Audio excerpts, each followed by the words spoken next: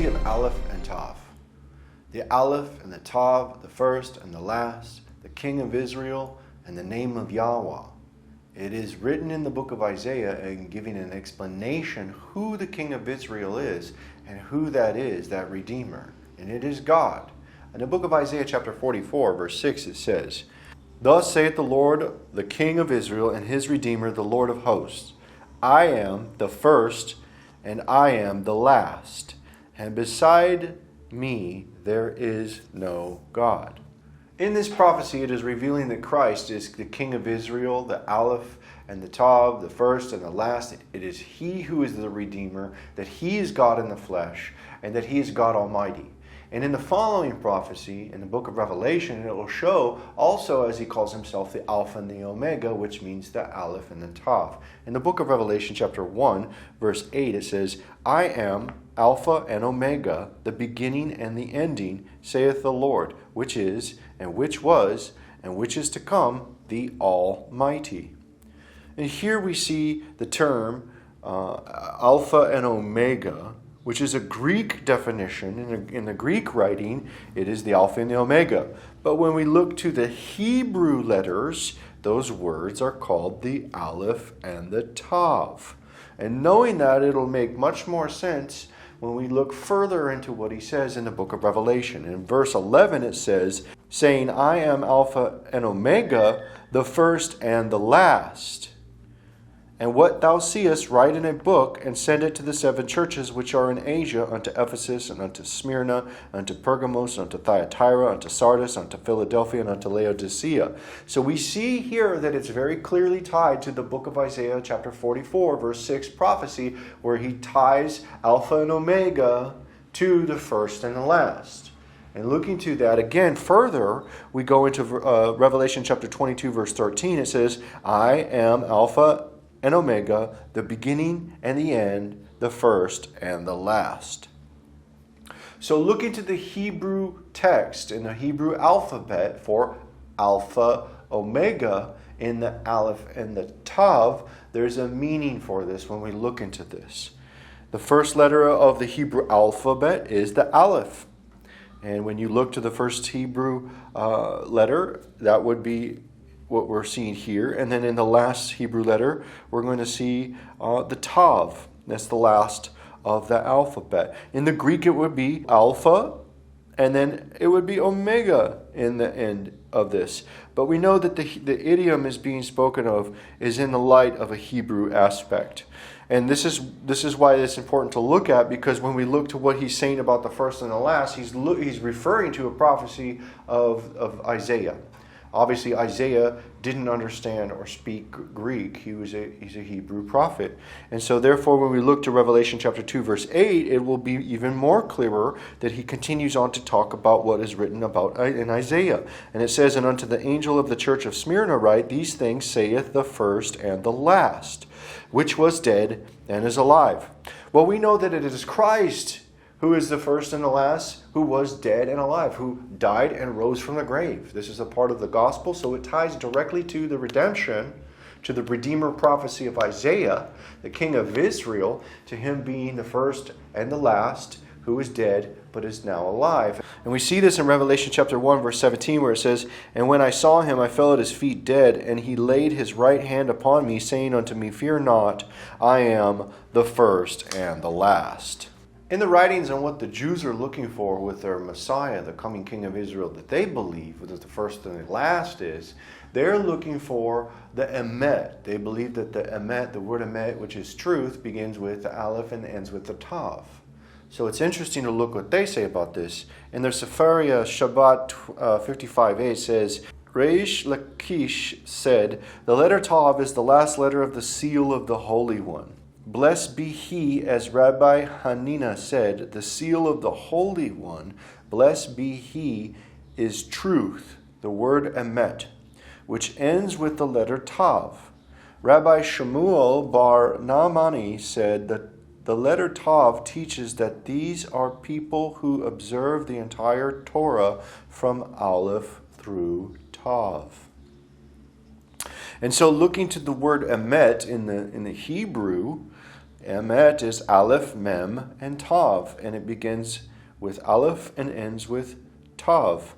And so when Christ declares himself as the truth and the first and the last, he's literally fulfilling this requirements which the rabbis are saying. Luke chapter 14 verse 6 says, Jesus saith unto him, I am the way, the truth, and the life. No man cometh unto the Father but by me.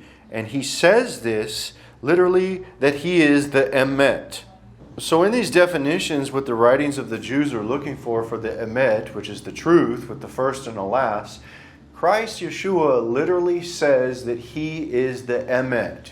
And he literally says that he is the first and the last. And he literally says that he is the Aleph and the Tav, which is the first and the last letters of the word truth.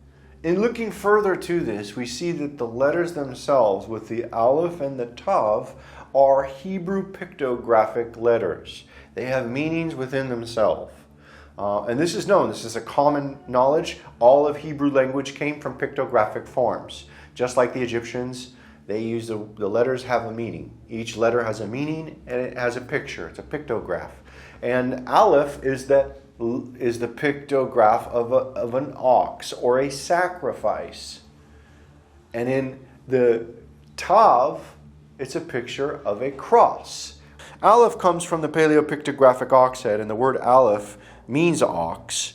The Aleph is the first letter of the Hebrew alphabet. And in the old time, for making a covenant, the ox would be sacrificed in order to make a covenant. And we see this in Genesis chapter 15 through 8 through 10. It says, and he said, Lord God, whereby shall I know that I shall inherit it? And he said unto him, take me a heifer of 3 years old, and a she-goat of 3 years old, and a ram of 3 years old, and a turtle dove, and a young pigeon. And he took unto him all of these, and divided them in the midst, and laid each piece one against another, but the birds divided he not. We continue on in verse 17 and 18, it says, and it came to pass that when the sun went down, and it was dark, behold, a smoking furnace and a burning lamp that passed between those pieces. In the same day the Lord made a covenant with Abram, saying, unto thy seed have I given this land, from the river of Egypt unto the great river, the river Euphrates. So we see that the sign of the covenant is used through the splitting of the ox sacrifice first and foremost. And so the ox sacrifice is found within that letter, the ox, the Aleph. And the letter Tav, which is a symbol of a cross in the same pictographic image. We do see the sign of a sacrifice here for the seed of Christ making a covenant in a pictographic form. So you literally, looking at Aleph and Tav, you see a sacrifice that goes to the cross and the same likeness of Christ making that covenant. And we see that in Galatians about the seed that was promised in that sacrifice and that covenant in Genesis 15. It says, Galatians chapter 3 verse 16, Now to Abraham and his seed were the promises made. He said not unto seeds as of many, but as of one, and to thy seed, which is Christ. It's not too hard to understand that when Christ says that he is the Aleph and the Tav, that he's the sacrifice that goes to the cross, forming that new covenant. And we see a picture of Christ being crucified also in the name of the Lord here, the name of Yahweh, and further confirming in the name that Isaiah was talking about in Isaiah chapter 44 verse 6, where I am the Lord. He's referring to the Yod-Heh-Wah-Heh, which is Yahweh, and each letter of the Yod-Heh-Wah-Heh is a pictographic image as well. And in that pictographic image, you see it's Yod, or Yad, which means hand, and Hey, which is a sign of a man with his arms up, and then Wah, which is the symbol of a tent peg, or a stake, and then we see, again, confirmed, the Hey with the man's arms up.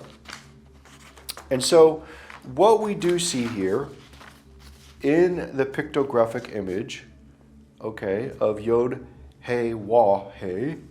we see the paleo-pictographic image of Christ with his arms up, with his hand in a tent peg, a stake in the hand. And this is the same thing that is symbolic of what happened with Christ's sacrifice. It's not by chance that we see this, because Christ calls himself the Almighty.